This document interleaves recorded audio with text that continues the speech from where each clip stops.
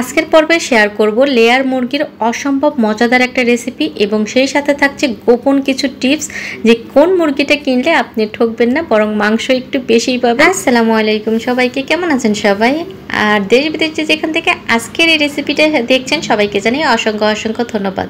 আজকের পর্বে শেয়ার করব লেয়ার মুরগির অসম্ভব মজাদার অথেন্টিক একটা রেসিপি। যাই হোক, তার আগে আমি বাজারে চলে গিয়েছিলাম আর বাজার থেকে একটা লেয়ার মুরগি নিয়ে আসলাম, বড় দেখে লাল যে মুরগিগুলো সেটা। আর মাংস বেশি পাবেন কিভাবে সেটা আমি বলে দিচ্ছি। যে মুরগির গায়ে দেখবেন পশম কম সেই মুরগিটা কিনবেন, সেই মুরগিটার কিন্তু মাংসটা একটু বেশি হয়। যাই হোক, আমি বাজার থেকে মুরগিটা কিনে এনে কেটে ধুয়ে তারপরে এটাতে লবণ মাখিয়ে রেখে দিয়েছিলাম 10 মিনিট। আর লবণ মাখিয়ে রেখে দিলে কি হয় জানেন তো, এর মধ্যে মানে মুরগির মধ্যে বা চিকেনের মধ্যে যদি এক্সট্রা রক্ত বা কোনো কিছু থেকে থাকে বা একটা গন্ধ থেকে থাকে সেটা কিন্তু আর থাকবে না। চেষ্টা করবেন 10 মিনিট লবণ একটু বেশি করে মেখে রেখে দিতে। আর যাই হোক, দেখতেই পাচ্ছেন এই মুরগিটার ভিতরে অনেকগুলো ডিমও কিন্তু আমি পেয়েছিলাম। আর এই ধরনের মুরগি কিন্তু খেতে অনেক বেশি মজা হয়। এখন আমি ওই যে লবণ দিয়ে মেখে রেখেছিলাম, এই কারণে আবারও মুরগিটাকে একটু ভালো করে বেশি করে পানি দিয়ে ধুয়ে নিব। আর এই তো আমি দেখাচ্ছি যে মুরগিতে কি পরিমাণ চর্বি ছিল, দেখুন কতটা চর্বি ছিল। আর এটাকে আমি আলাদা করে নিয়েছি। আর দেখুন ছোট ছোট অনেকগুলো কিন্তু ডিমও ছিল। তাই চেষ্টা করবেন মুরগিটা একটু দেখে শুনে বুঝে কেনার জন্য। চর্বি এবং ডিমগুলোকে আমি আলাদা করে এক সাইডে রেখে দিচ্ছি, তা না হলে কিন্তু গলে যাবে অতিরিক্ত নাড়াচাড়া করলে। আর এদিকে চিকেনের পিসগুলো আমি খুব ভালো করে ধুয়ে উঠিয়ে নিচ্ছি। আর চেষ্টা করবেন পানিটা খুব ভালো করে ঝরিয়ে তারপরেই চিকেনগুলো উঠিয়ে নেওয়ার জন্য। চাইলে আপনারা একটা ছাঁকনির উপরও রেখে দিতে পারেন। একটা ব্লেন্ডারে জাগ নিচ্ছি, আমি কিছু মশলা তৈরি করব। আর দিয়ে দিচ্ছি অনেকগুলো শুকনো মরিচ। শুকনো মরিচগুলোকে আমি আগে থেকে একটু পানিতে ভিজিয়ে রেখেছিলাম। দিয়ে দিলাম 1 কাপ পরিমাণ পেঁয়াজ কুচি। আর এর মধ্যে দিয়ে দিচ্ছি 1 টেবিল চামচ পরিমাণ আদা বাটা। সম পরিমাণ দিয়ে দিচ্ছি রসুন বাটা। এখন বলতে পারেন কেন বাটা মশলাগুলো আবার ব্লেন্ড করছেন, পরে বলছি। এটার একটা বিশেষ কারণ আছে। দিয়ে দিচ্ছি 1 চা চামচ ভর্তি করে হলুদ গুঁড়ো, 2 চা চামচ ভর্তি করে জিরা গুঁড়ো, 1 চা চামচ পরিমাণ দিয়ে দিব ধনিয়া গুঁড়ো। এরপরে এর মধ্যে আমি দিয়ে দিচ্ছি 1 চা চামচ পরিমাণ গরম মশলার পাউডার। এটা বাজার থেকে কিনে আনা পাউডার রাঁধুনির। এরপরে দিচ্ছি সামান্য পরিমাণ বা স্বাদ মতো লবণ। লবণটা বুঝে শুনে অ্যাড করবেন। এরপরে সামান্য একটু পানি দিয়ে এটাকে খুব ভালো করে ব্লেন্ড করে নিতে হবে। আর এই তো দেখতে পাচ্ছেন যে আমি খুবই সামান্য পানি দিলাম, পানি দিয়ে এটাকে খুব ভালো করে ব্লেন্ড করে নিয়েছি। এখন এটাকে চিকেনের গায়ে খুব ভালো করে মেখে দিতে হবে। ডলে ডলে একটু সময় নিয়ে এই কাজটা করতে হবে। আর কেন আমি আদা বাটা রসুন বাটা মশলাটাকেও আবার কেন বাটলাম সেটা বলে দিই। সমস্ত মশলা যদি এভাবে ব্লেন্ড করেন একটু পানি দিয়ে, তাহলে হাতে বাটা যে মশলাগুলো থাকে সেরকম একটা ভাইব আসে আর রান্নাটাও অনেক বেশি মজা হয়। আর আমি চর্বি এবং ডিমটাকে কিন্তু এটার সাথে মেখে নেইনি, এটাকে আলাদা করে রেখে দিয়েছি।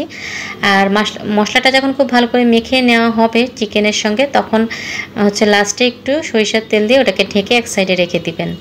এদিকে আমি রান্নার মূল পর্বে চলে আসলাম। বড় একটা সসপ্যান নিয়েছি, এর মধ্যে দিয়ে দিলাম সামান্য একটু সয়াবিন তেল।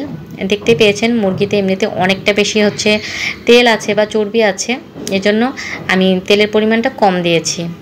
এরপরে পেঁয়াজ কুচি দিয়ে দিলাম সামান্য একটু, এখানে 3টা পেঁয়াজ কুচি আছে, দিয়ে একটু নেড়েচেড়ে এর মধ্যে আমি দিয়ে দিলাম 4-5টা এলাচ। এরপরে কয়েক টুকরা দিয়ে দেবো দারচিনি এবং তেজপাতা। সবগুলো উপকরণ দিয়ে খুব ভালো করে পেঁয়াজটাকে কিন্তু ভেজে নিতে হবে। ওই লালচে কালার করে ভেজে নিলেই হবে আর কি। এ পর্যায়ে চুলার জালটা আমি কমিয়ে রেখেছি। অল্প জালে নেড়েচেড়ে আপনারা এই পেঁয়াজটাকে খুব ভালো করে ভেজে নেবেন।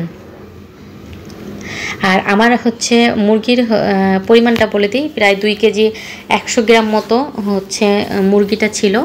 পরবর্তীতে কেটে কুটে হয়তো বা কিছুটা পরিমাণ বাদ গিয়েছে। আপনারা মুরগির পরিমাণ অনুযায়ী বা গোশতের পরিমাণ অনুযায়ী মশলাগুলো কমিয়ে বাড়িয়ে অ্যাড করে নেবেন। এখন আগে থেকে মেখে রাখা চিকেনটাকে দিয়ে দিলাম। এখন এই চিকেনটাকে খুব ভালো করে নেড়ে চেড়ে মিশিয়ে নিতে হবে। এর মধ্যে হাঁড়ি ধুয়ে একটু পানি দিয়ে দিলাম, মানে চিকেনটা যে হাঁড়িতে আমি ম্যারিনেট করে রেখেছিলাম সেই হাঁড়িটা ধুয়ে একটু পানি দিয়ে এখন এটাকে ঢাকনা দিয়ে ঢেকে অনবরত এটাকে কষিয়ে নিতে হবে। কিছুক্ষণ পরপর জাস্ট ঢাকনাটা তুলে এটাকে কষিয়ে নিতে হবে। এ পর্যায়ে চুলার জালটা কিন্তু মিডিয়াম টু লোয়ের মাঝামাঝি ছিল। কিছুক্ষণ চিকেনটাকে কষানোর পরে ওই যে চর্বিগুলো আমি দিয়ে দিচ্ছি। প্রথমে দিলে একদমই গলে যেত, চর্বি আর হচ্ছে কলিজা ছিল, সেটাকে আমি দিয়ে আবারও এখন খুব ভালো করে কষিয়ে নিচ্ছি। আর ডিমটাকে কিন্তু আমি এ পর্যায়ে দিচ্ছি না, এ পর্যায়ে ডিম দিলে সেটা কিন্তু গলে যাবে, একদম ছানা ছানা হয়ে যাবে। ডিমটাকে কিন্তু আগেই অ্যাড করা যাবে না। এভাবে কষাতে কষাতে দেখবেন অনেক সুন্দর একটা কালার চলে আসবে। তখন এর মধ্যে আমি দিয়ে দিচ্ছি 4টা হচ্ছে দেশি রসুন। এ পর্যায়ে রসুন দিয়ে আরও কিছুক্ষণ কষাবো। যেহেতু লেয়ার মুরগি, এটা কিন্তু সেদ্ধ হতে একটু সময় লাগে, আর যেহেতু বড় সাইজের, এ কারণে একটু সময় নিয়ে এটাকে কষাতে হবে। দেখুন কালারটা জাস্ট ওয়াও এসেছে। এভাবে আমি কিন্তু অনেকক্ষণ ধরে কষিয়ে নিয়েছি। আর কালারটা দেখে মানে কি যে মজা লাগছে যে এখনই খেয়ে নিই। যাই হোক, এইভাবে বাসায় একবার হলে ট্রাই করবেন, অনেক বেশি মজাদার একটা হচ্ছে লেয়ারের রেসিপি। একবার হলে বাসায় ট্রাই করবেন, আশা করি আপনাদের কাছে ভালো লাগবে। আর এই তো এভাবে হচ্ছে কষাতে কষাতে হচ্ছে যখন দেখবেন যে তেলটা উপরে ভেসে উঠেছে, সে পর্যায়ে আমি হচ্ছে পানি অ্যাড করে দিলাম আর কি। যতটুকুন ঝোল প্রয়োজন সেই পরিমাণ আমি পানি দিয়ে দিলাম।